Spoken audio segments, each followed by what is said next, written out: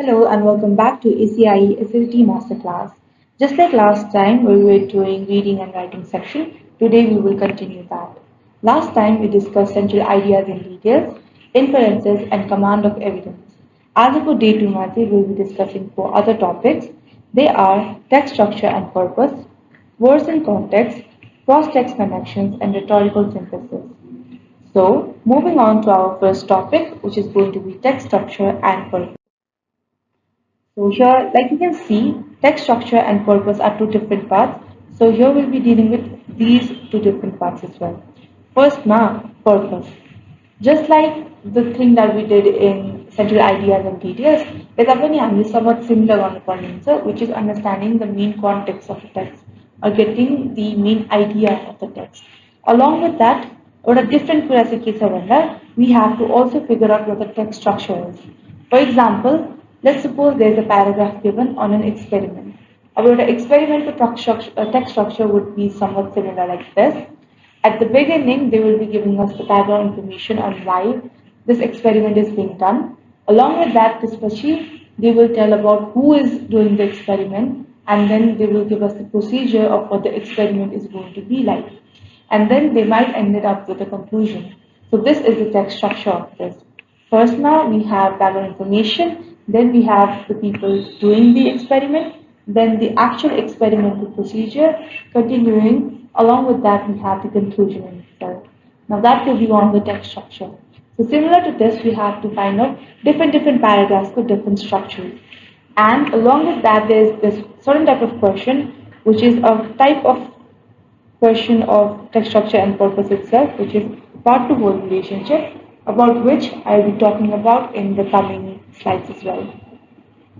Moving on, how do you know what the purpose of a text is?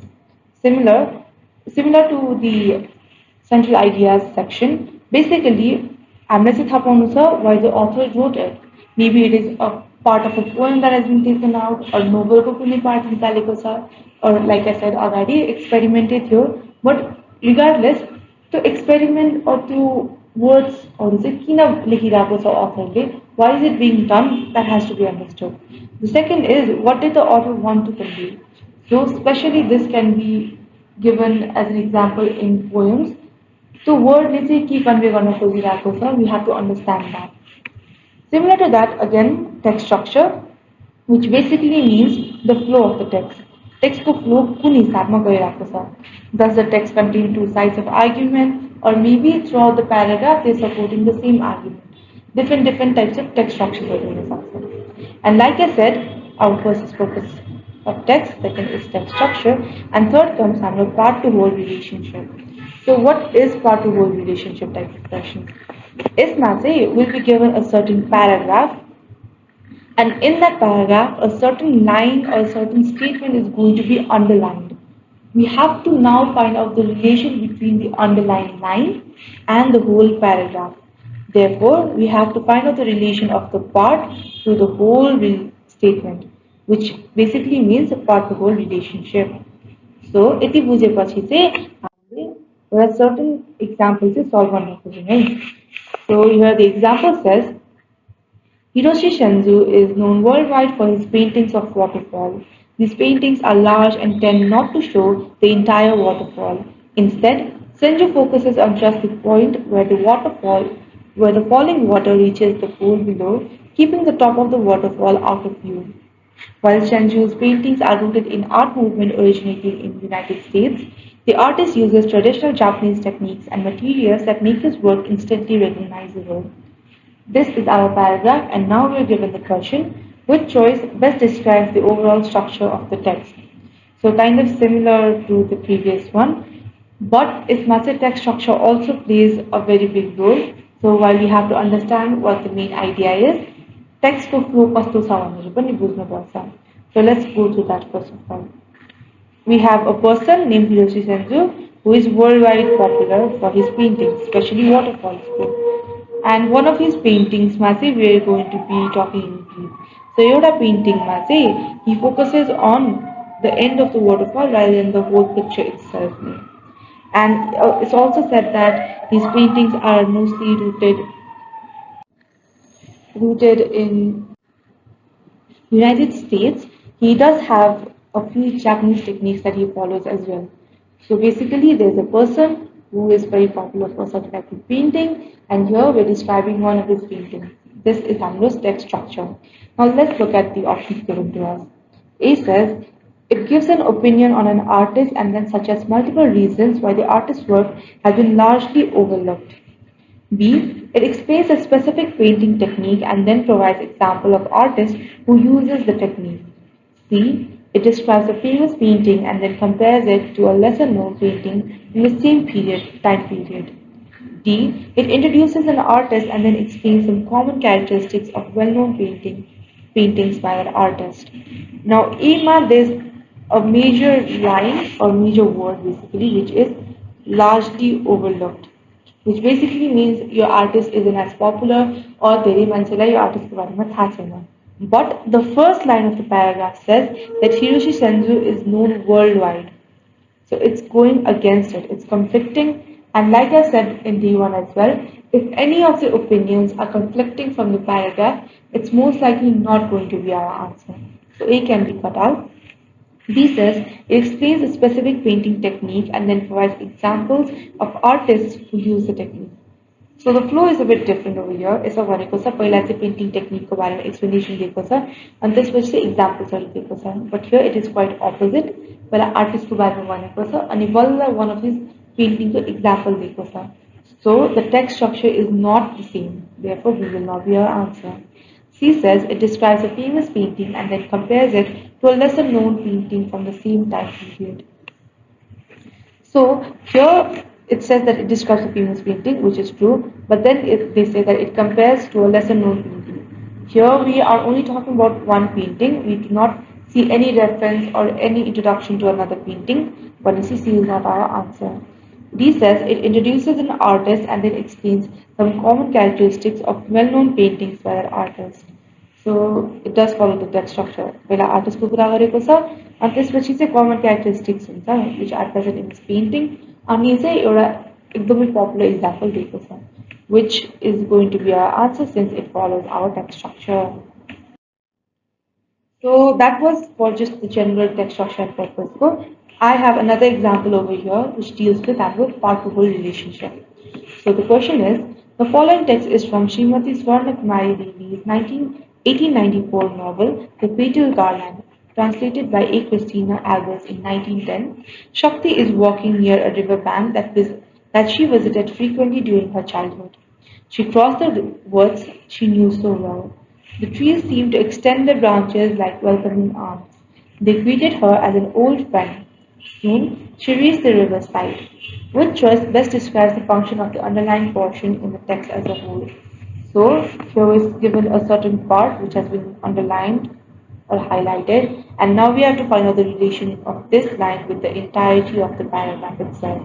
Therefore, why it is called participle question. So, the line over here that's underlined is the trees seemed to extend their branches like welcoming arms. Even without context, if you are like the Podevani, it seems like the trees are welcoming her with happiness, that they're happy to see her, and it basically shows a lot of love and gratitude, right?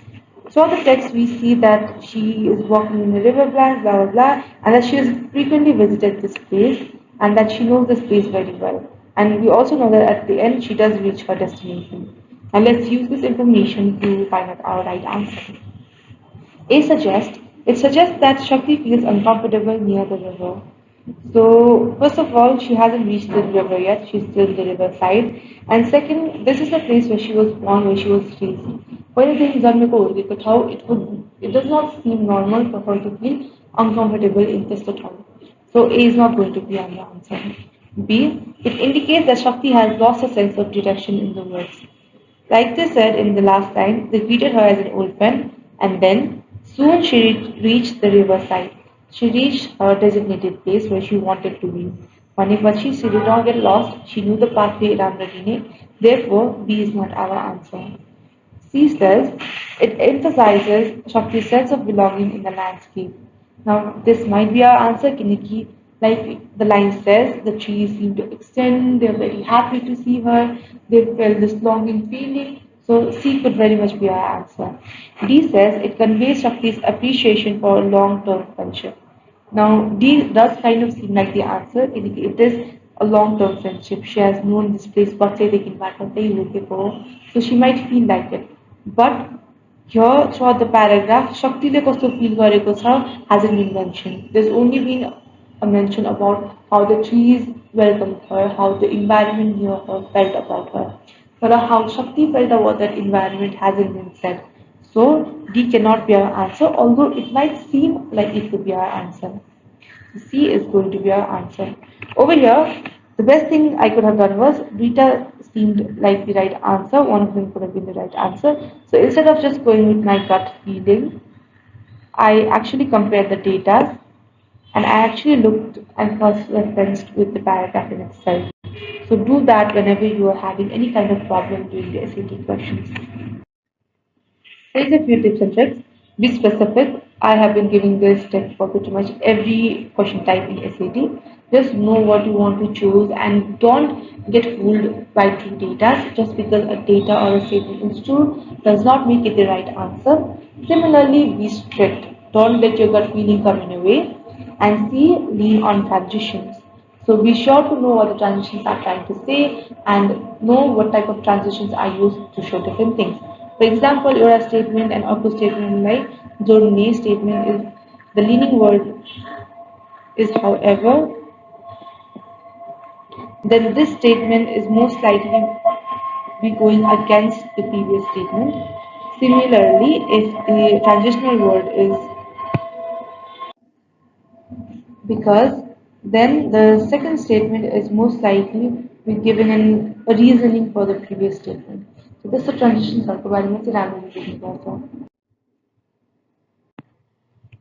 Moving on, we have words in context, and in this, we'll be talking about two different things connotations and one finding the right word that supports the claim, basically. So, words in context basically is going to be testing our vocabulary. So, how good are we with English words? How well known are we with difficult or harder words? This part of ACT is going to test that out, and these types of questions are going to be the first two, three questions in our ACT. So, during the first part and the second part, these types of questions will be about 5 to 6 of them will be over there. And these tend to be a bit harder, especially for the Nepali audience. Kinegi, we are not that well versed in English, and English त्यति राम्रो पनि हुँदैन.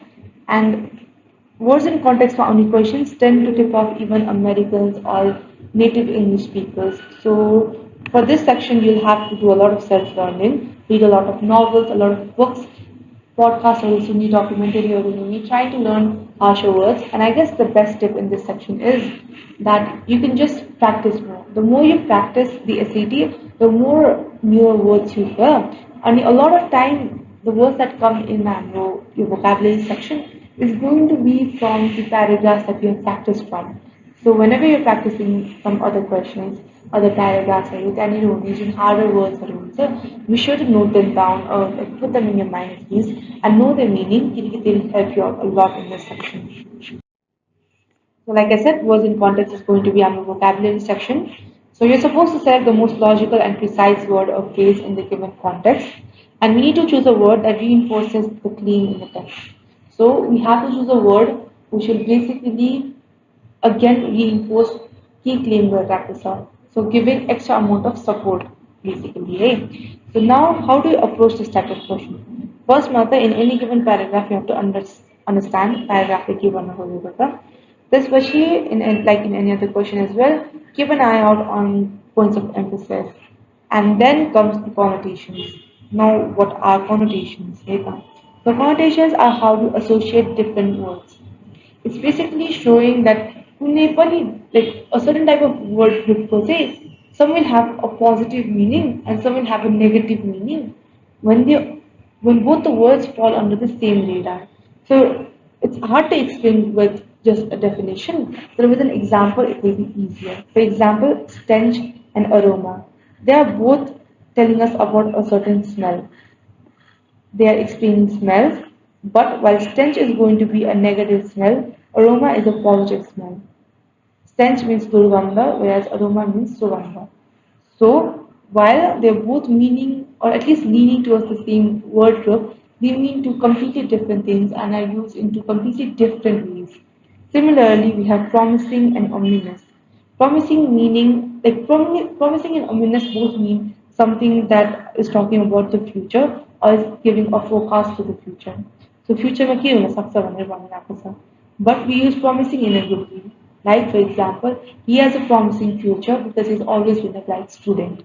So we're using promising to show that his future राम्रो हुन्छ. Ominous is basically a bit dark, a bit, unsteady. So the ominous clouds made me feel really scared. So the clouds, we don't know कस्तो हुन्छ पछि हुँदै गएपछि फ्युचरमा, but we sense that it is not going to be good, right? So these are connotations, and they will really help you out in the vocabulary sections. And how you're supposed to deal with connotations and deal with this question type is a best tip would be a paragraph will be given to us and just know if the paragraph is going towards a positive side or a negative side. Even in the tips I've said this, is the text negative, positive or neutral? So the text are they talking about environment should be protected and for this certain things have to be done. Certain people are doing so much to protect the environment and a lot of common people are also, leaning more towards eco-friendly substances and blah blah blah. Now that's being said and that's probably a positive paragraph that's saying positive things. So the options are they go on so words go. Highly, the answer is also going to be a positive word, like aroma or promising, and not a negative word like stench or ominous. Similarly, if the word is on the negative side, like last time there had been an accident due to drunk driving this and that, and a lot of teenagers seem to be drinking and driving. So these type of sentences are negative sentences, and the option that you have to choose would also most likely be negative. Another is one of the best tips you can give in this section, which is don't deal with the unknowns. Which means among the four options, a lot of times not even option हुन्छ. You might not know the meaning तर सुनेको word नै हुन्छ. If सुनेको नै छैन भने त्यो word there's a high chance you like that word is not going to be your answer because it's just not a word that can be used that well and especially because the more you practice in SAT the more words you hear so धेरै practice गरिसकेपछि पनि if a certain word is something जुन सुनेकै छैन meaning त थाहा छैन ठिकै छ but सुनेको नै छैन भने that will not like most likely not be our answer. So just stick to the meanings that you know or vocabularies you have at least heard before. So here's an example. As a poet, essayist, and novelist, Ocean Vuong often explores dash themes in his work, including memory and trauma. His debut novel, On Earth We're Briefly Gorgeous, is presented as a series of deeply personal letters written by a son to his mother and was described by the New Yorkers as brimming with longing and tenderness. Like I said, first of all, understand the text. We have a certain essayist and poet and a novelist who say explores mostly trauma or memory related subjects or that. And one of his such examples or one of his such books was about a letter between a mother and a son, which was very emotional. After understanding the context, now we move on to the points of emphasis. The main points of emphasis is his themes include works that have memory and trauma involved in it. And along with that, a series of deeply personal letters and brimming with longing and tenderness. All these three lines that I've underlined basically shows that his works have a lot of emotions behind them and a lot of feelings. So you have to choose words that have an intimate or a closer connection that shows love in a deeper level. Our first word over here is frivolous. Frivolous means bored or basically doing something just for the fun of it, without paying much attention to it, without much longing for it, which goes completely against it. Frivolous is quite a negative word, whereas the text is a positive text. So frivolous is not going to be our answer. B is intimate, which could be our answer. I even use this word describe the emotions, or describe the feelings behind the text. So intimate could be our answer. But let's look at the other questions as options as well. C says pretentious. Pretentious one. Basically, show offish, trying to impress someone else, and this is again some kind of negative feeling. You don't want to be pretentious. You don't want to be show offish. So this negative connotation is not going to work well with our positive sentence. Then we have conformist. Now the thing is, maybe I have heard this word, but you haven't. In that case, it's better to leave a word like this because I have no idea what conformist means. So in that case, just leave it because most likely this is not going to be our answer. But just for your knowledge, conformist means somewhat traditional, someone who sticks to the roots and does not really explore more, and is just okay with what how things have always been. But we can see that including memory and trauma, blah blah blah, this has really got nothing to do with it being a modern idea or a traditional idea, so it is really out of context. So D is not our answer, therefore intimate B is going to be our correct answer. Like before, when I give you tips and tricks, it's pretty much the same. Just identify the positive, negative, or the neutrals and avoid the unknowns, like I did with the conformance word. Now let's move on to our third topic or question type of the day, which is cross text connections. Over here, it's going to be a bit different. Last time someone we were only dealing with a certain paragraph, until paragraph from the side we had to work. Over here we'll be given two different paragraphs and we have to basically find the relationship between them. We have to know if they're agreeing, if the two paragraphs are agreeing with each other, or they're going against each other, blah blah blah. So anything that has to do with two different text and we have to see the relationship between them. These type of questions were on the cross text connection. So here we have to determine the central ideas of two phrases and also identify the relationship between these phrases. So here we have to compare and find out the relation and point of view of two different paragraphs given. Most of the time, these questions are based on scientific or literal text, similar to textual evidence. It's either going to be two different experiments or arguments on two different experiments, or sometimes it can be a poem or a certain section of novels which are going against each other. The point of view of the two sides could either be supporting or going against each other. We have to identify that and use that information to find out our right answer. So how are you supposed to deal with this type of questions? Number one, summarize the two different texts. Separately, name first now paragraph number one and paragraph number two have to be summarized. We should know where they're standing, what their stance are, what parts they are supporting. And then we have to determine the points of views, like I said here, and then we'll go and guess the relationship between them. Are they supporting each other? Are they going against each other? How are they, going to reply to each other if they had to? So that we could argue. And D, try to find an answer that best matches your guess. So after a guess that you think is correct, just use that guess as a groundwork and compare every other option with it. आणि जो options seems the most similar or pretty much exact, that is going to be our answer. Here is an example. And these type of questions take a bit longer in SAT. Obviously, you have to read more. And in answer when you are a bit longer. So these type of questions are going to take up a while longer in SAT. The next one says, the idea that time moves in only one direction is instinctively understood, yet it puzzles physicists. According to the second law of thermodynamics, at a macroscopic level, some processes of heat transfer are irreversible due to the production of entropy. After a transfer, we cannot rewind time and place molecules back exactly where they were before, just as we cannot unbreak dropped eggs. But law of physics at a microscopic or quantum level hold those processes should be reversible. Now I suggest instead of moving to text 2 immediately, just get the gist of text 1. Otherwise, you will get confused between the two different texts and the ideas of the two different texts. So it's a simple से case on the that there is a puzzle, or basically physicists are still confused about this certain phenomenon, which is heat transfer are irreversible due to production of entropy in macroscopic level. But law of physics says that microscopic or quantum level mass this process should be reversible.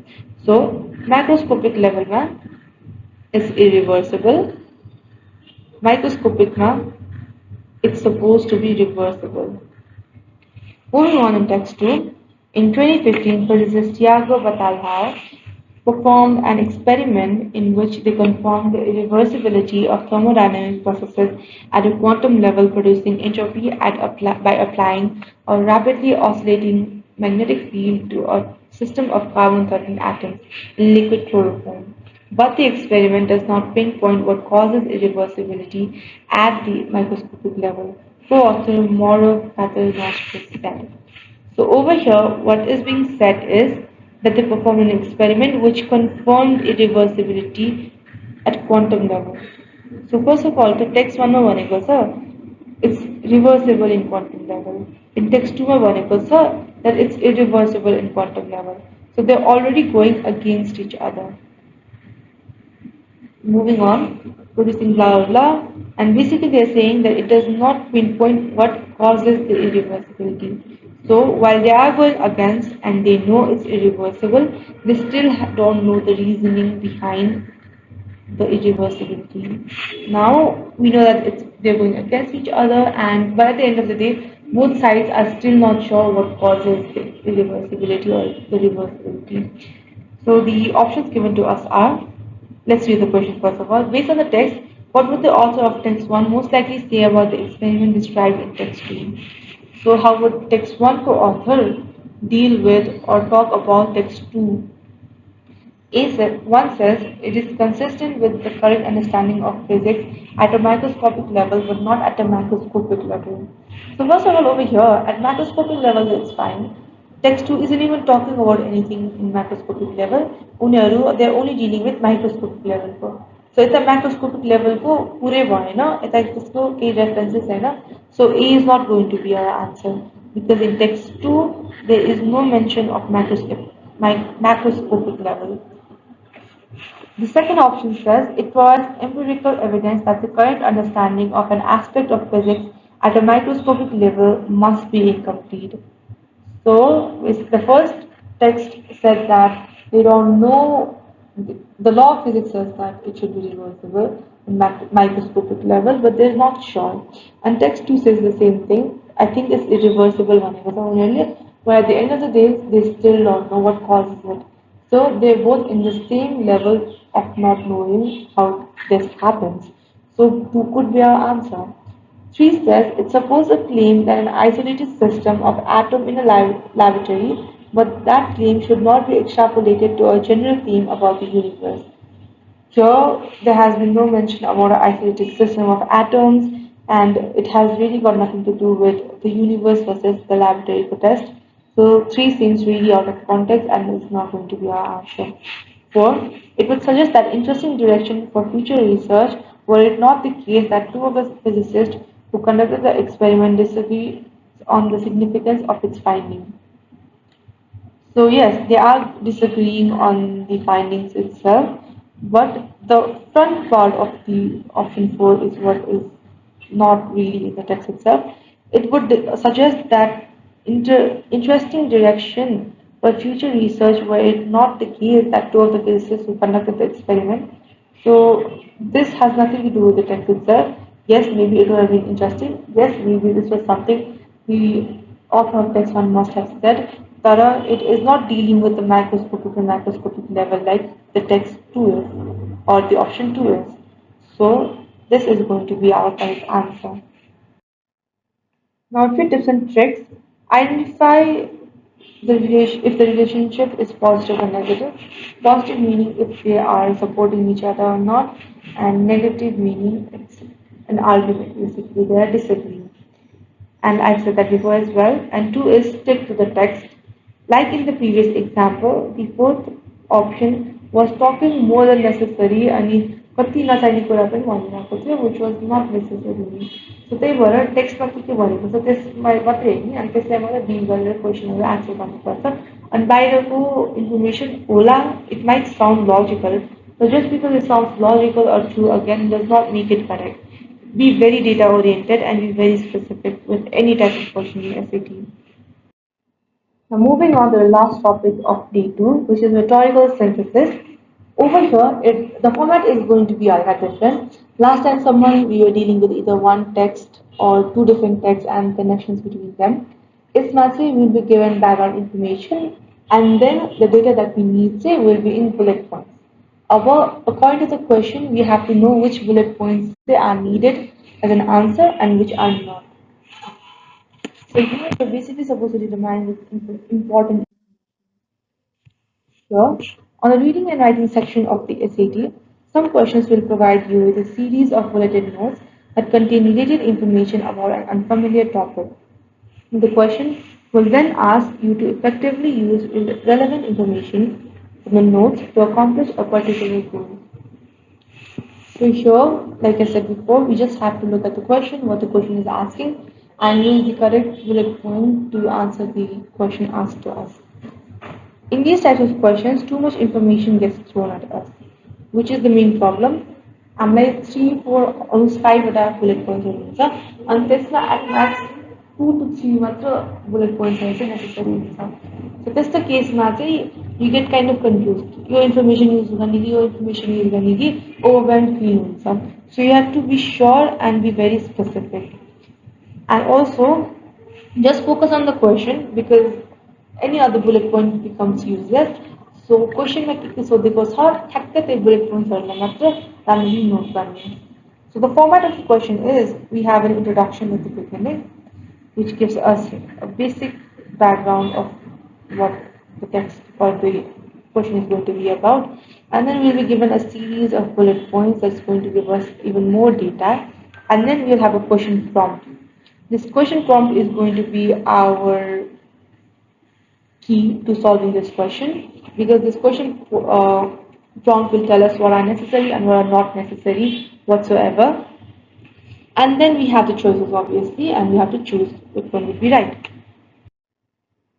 So like I said, information, bunch of bullet points, the question prompt, and a bunch of options. In this type of question, it's like obviously it's always better to read the question and then move on to the graph and everything. But your question must specifically to save time. Save. पहिला हाम्रो question prompt गर्ने so that we know हामीले के खोजिरहेको भनेर. त्यसपछि बल्ल bullet points are हाल्ने because if not this section can take a bit of time. तर if you follow the way I am just saying, question prompt पढेर बल्ल bullet point हेऱ्यो भने it will save half of the time. So the question over here is, the student wants to introduce the scientist and a field of study to a new audience. Which choice most effectively uses relevant information on the notes to accomplish this goal? So the student wants to introduce the scientist. So you have two things that are needed. First, introduction of the scientist, and two, we have to tell her study to a new audience. New audience when we think an audience that has no idea about the previous world or has no idea who she is. So we have to give a bit in detailed, research on what a work is and we have to explain it properly. Now let's move on to the introduction and the bulletin. While researching a topic, a student has taken the following notes. Marine biologist Camille Jasmine Gaines studies coral reefs. Coral reefs are vital underwater ecosystems that provide habitat to 25% of marine species. Reef can include up to 8,000 species of fish such as toadfish, seahorse, and clown triggerfish. The Amazon reef is a coral reef in Brazil. It is one of the largest known reef in the world. Okay, so over here, let's first of all identify what the different bullet points are saying. First bullet point lay a marine biologist whose name is Laura Panikocha, and her main field is she studies coral reef. So who she is and what she studies Panikocha, which is going to be needed because I am the introduction of Panikocha. So this bullet point has to be included in our answer. The second bullet point says coral reefs are vital underwater ecosystems that provide habitats to 25% of all marine species. This is not giving any introduction on the biologist, but instead is talking about coral reef molecule. So it's basically explaining coral reef to a new audience, but not explaining the field of our work to a new audience. So this is not going to be needed in our answer. Reef can include up to 8,000 species of fish such as toadfish, silkfish, and Plant triggerfish, again, this is giving us extra information for coral reefs, which is not necessary. The Amazon reef is a coral reef in Brazil. Again, not an important information and is one of the largest known reefs in the world. Not really the needed information. So, among the options that we have, the point which includes Hamdo marine biologist community Jasmine genus studies coral reef line. If it includes this line, then it's going to be our correct answer.